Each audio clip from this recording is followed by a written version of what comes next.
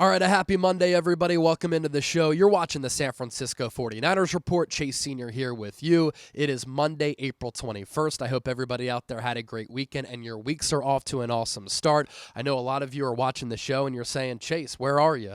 I've been in Boston over the last few days. My best friend and childhood best friend, JJ Rudisill, shout out to him, just got done running the Boston Marathon. And it's pretty awesome to see your closest people do some legendary shit. He crushed his first marathon, setting a PR in the process. Total time of 2 hours, 44 minutes, and 41 seconds. His per mile pace was 6 minutes and 17 seconds. Really cool experience to just be here in Boston for Marathon Weekend. I was at Fenway Park yesterday. We have a group of about 13, 14 people. And then to see 30,000 plus runners on hand here today with the same goal in mind. Crush 26.1 miles. Very cool experience. If you've never been here, I suggest you plan a trip, or if you have somebody who qualifies for the Boston Marathon, come here, check it out. Great city, great food, great bar scene, great sports scene, and they really put on a show here in Boston for Marathon Weekend. Coming up here on the show,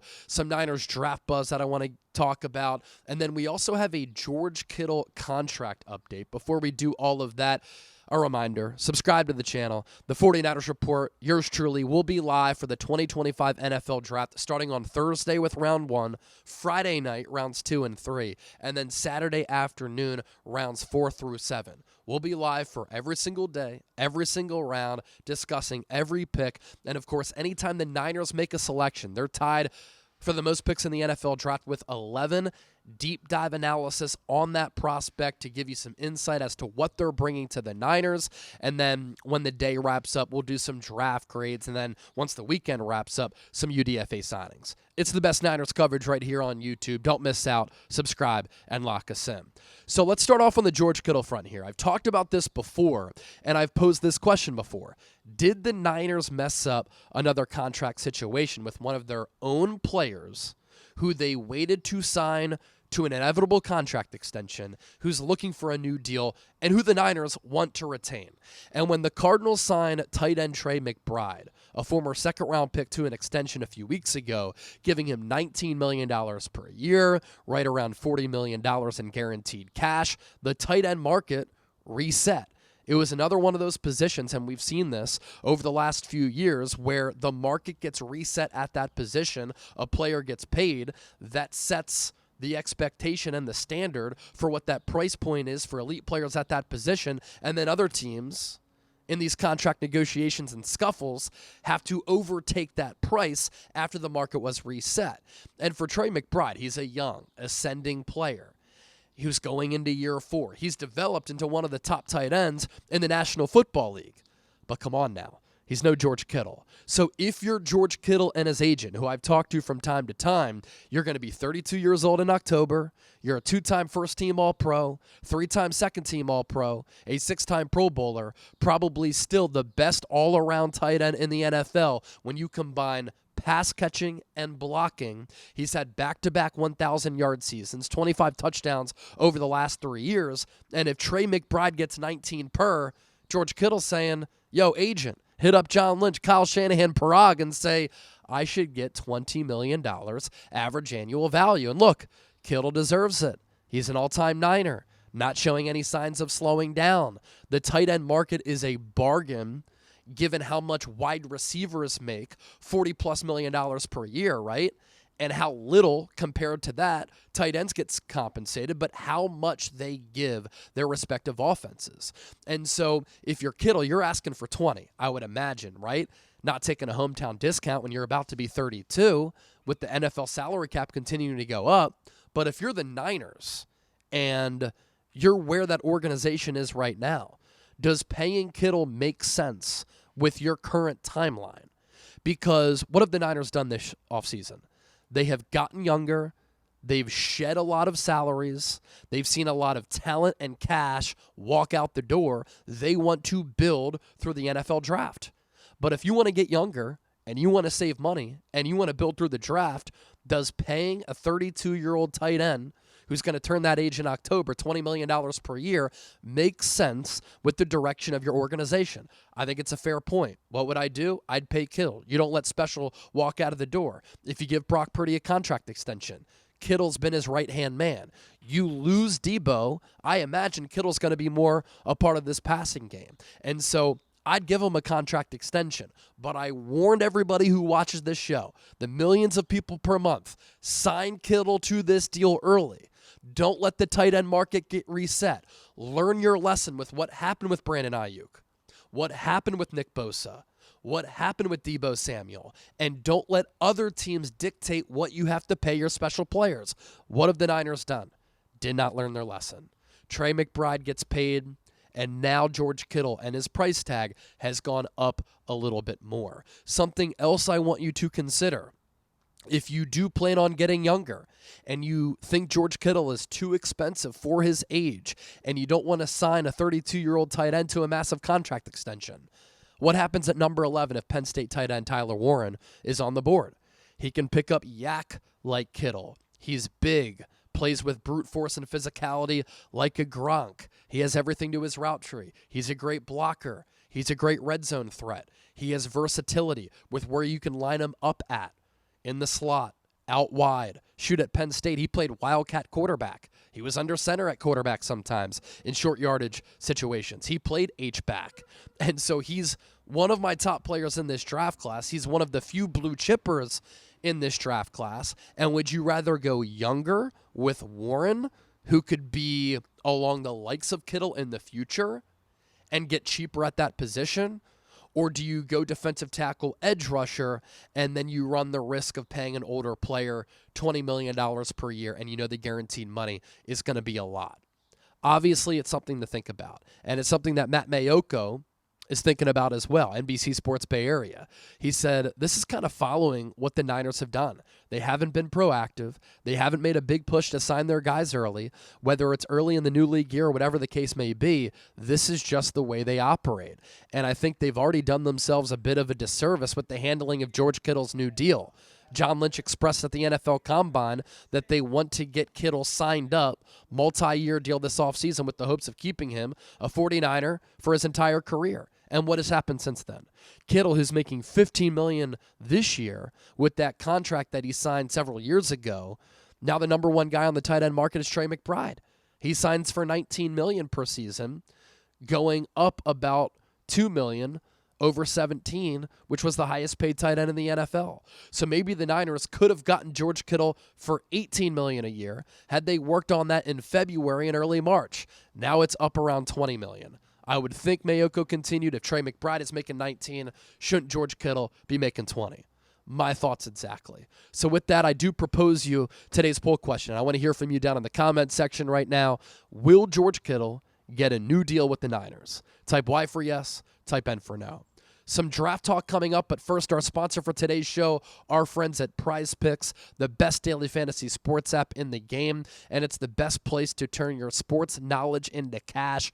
With millions of members, Prize Picks has made daily fantasy sports accessible to all. You just pick more or less on at least two players for a shot to win up to 2,000 times your cash. Run your game all season long on Prize Picks. You can cash in on the basketball playoffs with Prize Picks. Don't miss your last chance to add your favorite players from the court to your Prize Picks lineup, whether it's points, rebounds, assists.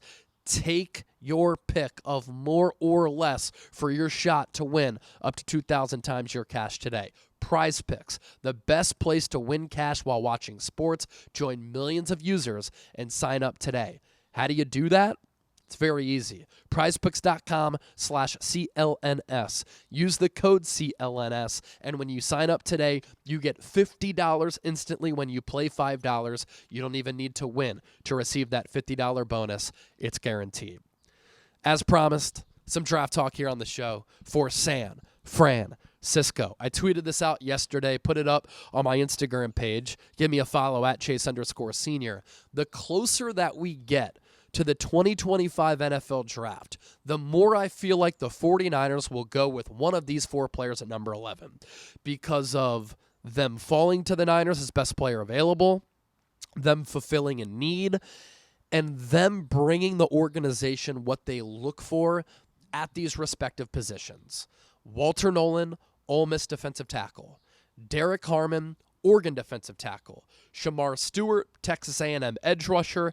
And Jalen Walker, a versatile player with a diverse skill set who can be an off-ball coverage linebacker, and when you need him to, you can put him at edge rusher, and he can get after the quarterback. For Walter Nolan, Ole Miss defensive tackle, I love the explosion. I like the athleticism.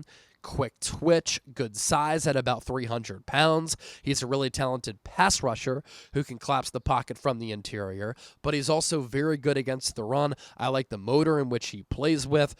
The production this past year at Ole Miss in the SEC was impressive. It didn't necessarily work out for him at Texas A&M when he committed to the Aggies as the #1 overall recruit, according to ESPN in his high school class. But as his career progressed, the pressure numbers were good. The ability to get after the quarterback was good. This year he had 6.5 sacks with a lot of pressures. I think that he would be a terrific player for this Niners organization, and he's one of my favorite players in this draft class. For Derek Harmon, had about 60 pressures last year. His pass rush win rate was very good. He's a freakish athlete who, at over 300 pounds, ran a sub-5 40-yard dash. 1 year of good production after he transferred from Michigan State to Oregon, but this past year in 2024, under Dan Lanning, he was very impressive. For Shamar Stewart, athletic freak who has a lot of physicality, and his 40-yard dash time was under 4.6 at 260-plus pounds. My concerns with him, lack of sack production, 1.5 in each of the last 3 years. He did lead Texas A&M in pressures, which is good, but he never finished. He missed a lot of tackles, too. His missed tackle rate was nearly 30%. So if you're that athletic and you're that skilled, why a lack of production? I know he's an elite athlete, but is he an elite football player? I'm not sure. Some people didn't like how he was utilized in that Texas A&M defensive scheme. I just think that when you're that strong, that physical, with that much ability, your production should be a little bit better at the college level. And then Jalen Walker, love the body type, love the athleticism, love the versatility, love the character. He's interviewed with a lot of teams in the pre-draft process, and a lot of them have said, this guy's awesome. They rave about the personality and the cultural fit he can bring you. As far as scheme fit, I think that he can be an off-ball linebacker. He needs to refine his pass rushing moves, but you can also use him there. Another thing with Shamar Stewart I don't love, he wins with a bull rush. He doesn't have a wide variety of moves that can allow him to win as a pass rusher. And so those are the 4 players who I think the Niners are zoning in on at number 11 as we approach the NFL draft. According to Adam Schefter, Niners are said to be potentially a team that could trade up. They could trade down. I'll probably talk more about that on Tuesday. I do have a travel day on Tuesday, by the way, as I come back from Boston, but I'll still be able to churn out some content. And then we round out with this, the confirmed Niners top 30 visits. Offensive tackle Kelvin Banks out of Texas, edge rusher Mykel Williams out of Georgia, edge rusher Shamar Stewart, Texas A&M, offensive tackle Josh Simmons, Ohio State, defensive lineman Walter Nolan, Ole Miss, edge rusher James Pierce, Tennessee, offensive tackle Josh Connerly, Oregon, offensive tackle Ariante Ursery, Minnesota. I think that he would be a wonderful second-round pick for the Niners. Defensive lineman Darius Alexander out of Toledo, a name to watch in the 2nd or 3rd round. Tight end Harold Fannin out of Bowling Green. Offensive lineman Marcus Bow out of Purdue. Defensive tackle Omar Norman Lott, Tennessee. Wide receiver Kyle Williams, Washington State. Offensive tackle Anthony Belton, NC State. Linebacker Chris Paul, Mississippi. That's Walter Nolan's teammate. Cornerback Quincy Riley out of Louisville. Defensive lineman Aeneas Peebles, Virginia Tech, a smaller defensive tackle, but fast at the line. Edge rusher David Walker, Central Arkansas. Cornerback Kobe Bryant, Kansas. I'd like him as a late rounder. Interior offensive lineman Caleb Rogers, Texas Tech. Defensive lineman Elijah Roberts, SMU. He can play DT. He can play defensive end.